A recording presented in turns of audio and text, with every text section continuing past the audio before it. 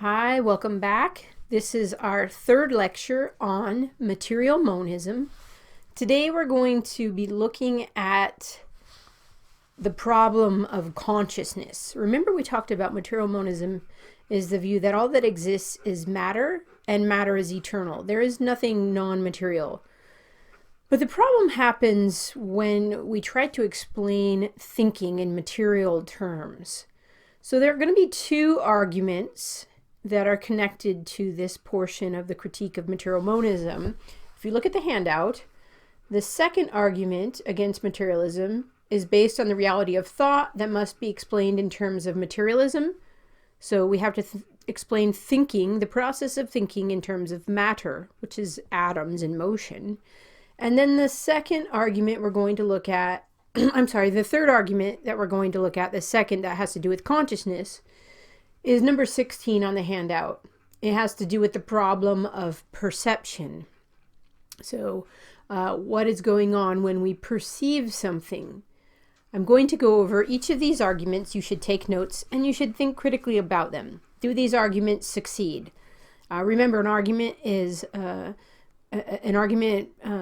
is valid if the premises logically support the conclusion, and it's sound if it's valid and the premises are true. So your job is to figure out, are these arguments sound? Okay, so I'm going to present the arguments, and remember, philosophy proceeds by argument, counter-argument. So if you think these arguments are flawed, I invite you to give a counter-argument. Okay, so incidentally, Kino is in here and he might be making noise.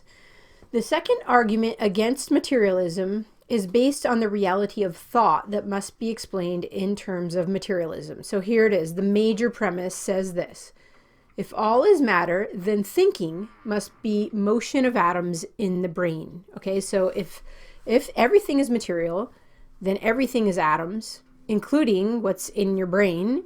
So you can say, well, there's neural, now the door's blowing, neural networks and neural firing, but even that can be reduced to atoms, the atomic level. So if all is matter, then thinking must be motion of atoms in the brain. The minor premise says thinking is not motion of atoms in the brain, which is something that will need further support. Therefore, it is not the case that all is matter, which means if these two premises are true, then the conclusion is something other than material also exists, and that would be maybe spirit or soul. All right, so let's look at the reason for the minor premise. Why say thinking is not motion of atoms in the brain? Well, think about this. We defined thinking in terms of concepts, judgments, and arguments earlier this semester. Concepts are where we grasp the meaning of a thing, the nature of the thing, and we express them with words, terms, or symbols, and concepts are either meaningful or they lack meaning. Judgments are when we put two concepts together, is or is not, and they're either true or false. And then arguments, we're going over them now, valid or sound. Can you equate any of those aspects of thinking with motion? So we could talk about motion as up, down, fast, slow, straight, curve, side to side. Many ways we can describe motion. But if something is equivalent, if thinking is motion, equivalent, identical with, they would share the same properties. But the properties of motion and the properties of thought are not the same. So look at the reason for the minor premise in number 14. The reason for the minor premise: motion of atoms can be described in terms of fast or slow, straight or curved, up or down, etc. None of these qualities or combination can be defined as true or false, which is an essential quality of thought. Therefore, thinking is not motion of any kind. So think about this. Is the argument, it's valid, it's modus tollens again. If P, then Q, not Q, therefore not P. It's valid. Is it sound? Are the premises true? If you disagree with the premises, you should bring a counter argument. Okay, so when we get to the end of this argument, it's not the case that all is matter, the implication is that there's something non-material also. And if there's something non-material, then it's spirit or mind. Okay, so we should infer that thinking is not motion of atoms in the brain. Thinking is forming concepts in the mind. The mind grasps concepts. So now, let's see. Okay, 15 goes over some possible objections to this argument. What this argument is doing is reducing thought to matter. So reducing thought to motion is one form of reductionism. Historically, attempts were made to reduce space to number, force to space, chemistry to physics, biology to chemistry, and that's blurring distinctions. The distinctiveness of the diverse aspects of reality has asserted itself in each case. So space is space, space is not number, force is not space, etc. Otherwise, we wouldn't have to study all these diverse fields that are getting at different aspects of reality. Other attempts to reduce thought to non-rational categories are Marx's view, where a person's belief is determined by class consciousness based on economic factors. Marx is a materialist, and he's going to say that our beliefs are due to our class. So you believe what you believe based on your environment. Freud, a person's belief is based on psychological factors originating in early childhood. You believe what you believe based on the way your parents raised you. Skinner, a person's belief is based on conditioning by pleasure, pain, stimuli. But you can see these are all materialist ways of reducing beliefs to something else. Whenever a reductionist theory is applied to itself, for example, we say, oh yeah, Freud, what was your early childhood upbringing like that you have that belief? Whenever we apply the theory to itself in order to see if it can be justified, the result is a dissolving of the very possibility of any rational justification whatsoever. In effect, epistemologically reductionist theories are moves that abandon reason. So the three examples cited, Marx, Freud, Skinner, are explicit in their materialist assumption. So they're reducing one aspect of reality to another without rational justification. So we can say, hey, Marx, hey, Freud, hey, Skinner, what's your argument? Okay, so at the end of this discussion, we don't want to reduce thinking to something non-thinking, non-physical, or no, I'm sorry, physical. So we want to see, all right, can we have proof that there's something like a soul?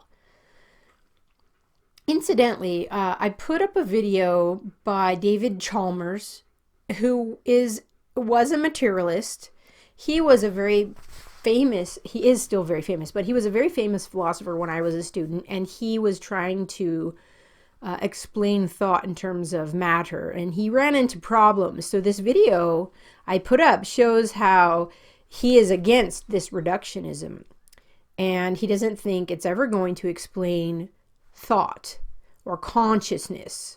Consciousness is I'm aware, I'm self-aware, and I'm aware that I'm a thinking thing. So the move he makes is to say that everything is conscious. So he kind of goes from material monism to spiritual monism. So I'm going to put that video after this one, and it will be kind of a segue between material monism and spiritual monism. All right, so what is consciousness? What is the self? So 16 is going to get us into another aspect of this consciousness / soul, self, mind problem. The third argument against material monism. Again, you should put this on a note card. Know the first argument against material monism and the reason for the minor premise. Know the second argument against material monism and the reason for the minor premise. And now we have the third argument against material monism and the reason for the minor premise. And I'll go over the argument explicitly. All right, the third argument against materialism is based on the problem of perception. The materialist maintains that belief in the reality of a physical world is a matter of immediate perception, whereas belief in spirit or soul or mind or consciousness has no such support in experience. So I know the table's here because I experience it directly, but I've never experienced a spirit before. There's people that, talk about having these experiences of ghosts or whatever, but the materialist is going to say, no, I've never experienced that. Now, the question is, do we actually experience the material world directly? So the many common claims to experience of a non-physical reality, according to the materialist, can be more convincingly explained in materialist terms. So ghosts aren't really spirits, they're more like swamp gas or something. Or maybe the person's hallucinating. Those who have near-death experiences and see the light, perhaps they're just experiencing their very first memory, the light that they saw coming out of the birth canal. All right. Now, the non-materialist, which would be everybody else on that square of opposition, the non-materialist replies that in looking for spirit, one has to know what one is looking for in order to know where and how to look. So do you even know what you're looking for? If spirit exists at all, I would have a spirit or be a spirit. I could not have a spirit without knowing it. In looking for spirit, one is looking for something so constantly obvious that one is likely to overlook it. Now, this word spirit is also sometimes used mind, soul, consciousness, self. It depends on the context, but the reality that they're all explaining is the self that does the thinking, the self-aware being, the conscious being. All right, now look at number 17. This is the third argument against materialism. So you should put this on a note card and know this. Major premise. The most immediately known is the most certainly known. Now, this is not a controversial premise for the materialist or the non-materialist. The materialist is going to agree and say the most immediately known is the table, or, what I see, or what I perceive directly. The non-materialist is going to say, no, the minor premise. The self is the most immediately known, the conscious thing. The self, the non-physical aspect of you, is the most immediately known. And the conclusion is the self is the most certainly known. Now, this argument form is AAA figure 1, or Barbara, which is always valid. So you could look up argument form Barbara, and it's Barbara because it has 3 A's, AAA. It's like all is. So the most immediately known is the most certainly known. The self is the most immediately known. Therefore, the self is the most certainly known. And it's valid, but is it sound? So the reason for the minor premise. Why say the self is the most immediately known? So we're going to do this process of perception. Now, if we were in class, we would do an experiment together, but we're not together, so you're going to have to do it on your own. And just look at the table in front of you, if you have a table. If you don't have a table, look at something. Now, don't touch it. We're just going to use the sense perception of sight. We could use any sense perception, but we're going to use sight for this one. All right, so we're going to ask, is it true that I perceive this table immediately? Or is there a process of perception that's going on? If I were to shut the lights off in here and make it pitch black, not any light source at all, then I couldn't see the table in front of me. So already we have something more immediate than the table, and that's the light waves that bounce off the surface of this table and interact with my optic nerve and sends signals to my brain. So we're going to have the brain as part of this process of perception. So the light waves interact with the surface of the table, and my eye send signals to my brain. And we're going to have to see, is the table in my brain then? Where is the table that I see? All right, so let's look at the reasons for the minor premise. Perception of the table is analyzed in terms of light waves, neural impulses, mental image, and self as perceiver of the mental image. So we got to the neural impulses just now, but we have to go beyond that. So light waves are said to be more immediate than the cause of the table that I see, because the light waves are that by which I see the table.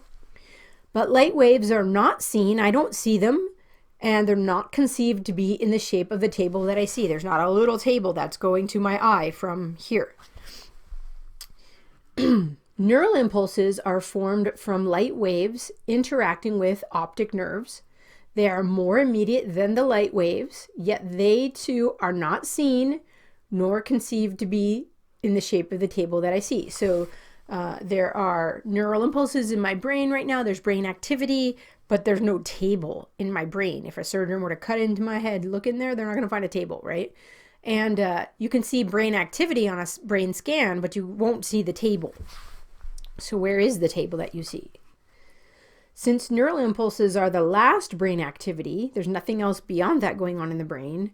One has to go beyond neural impulses and the brain to get to the table that is seen. So there must be something beyond the neural activity that's going on. Where is the table that is seen? It cannot conceivably be in the brain, but must be a mental image in the mind. So try this. Close your eyes. Can you see the table? Yes, you have a mental image of the table. Where is the mental image? It's not in your brain. Finally, the mental image does not perceive itself and it changes continually. So you always have a different mental image. Look around, changing all the time, right? It's like a movie you're watching. The movie's always changing.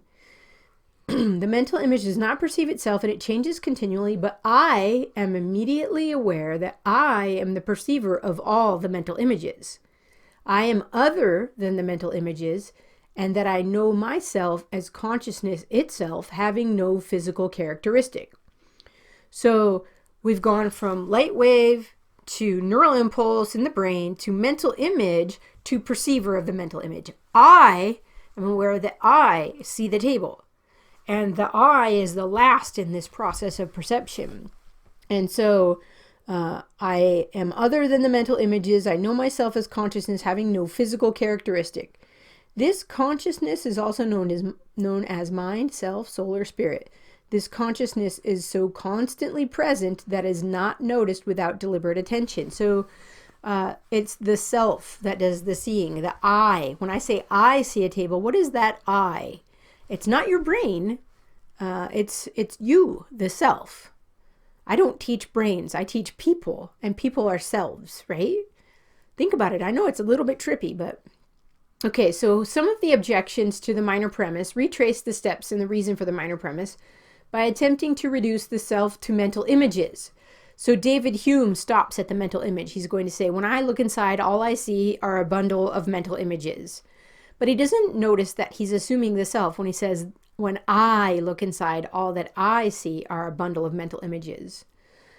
So I'll let you read through the rest of these two other objections that are kind of out of favor now: behaviorism, analytical behaviorism, and neural identity thesis, which try to reduce, again, it's another form of reductionism, reducing mental states to physical terms. All right, so this is the end of the material monism unit. We've looked at the argument that the material world is not self-maintaining. The universe is running towards maximal entropy. So that indicates that there's going to be an end to the universe, unless there's some being that sustains the universe, which is what the other worldviews might contend. We looked at the what was the second argument? I'm getting a little lost here.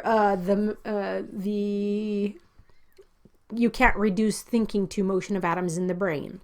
So thinking isn't merely a brain activity. What is brain activity, we saw in the third argument, is perception using your senses. And your senses have to bring in data. So the brain is processing data, but you, the self, is interpreting the data. And this is consistent with what we've been saying about reason is used to interpret experience. So reason is an aspect of the mind, not the brain. Senses are information that your brain is processing. Senses bring in data. Your brain processes data, but you, your reason, yourself, is interpreting the data and giving it meaning. All right, this is a lot, so think about it. Do you have a soul? I think you do. And you know what? I think you should care for your soul. All right, now this is the end of the material monism unit. Watch the David Chalmers video because he's going to see some problems with material monism and almost take us fully into spiritual monism by saying everything is conscious, including the things that are before me. This microphone is conscious. Everything. See if that makes sense, though. All right, have a great day.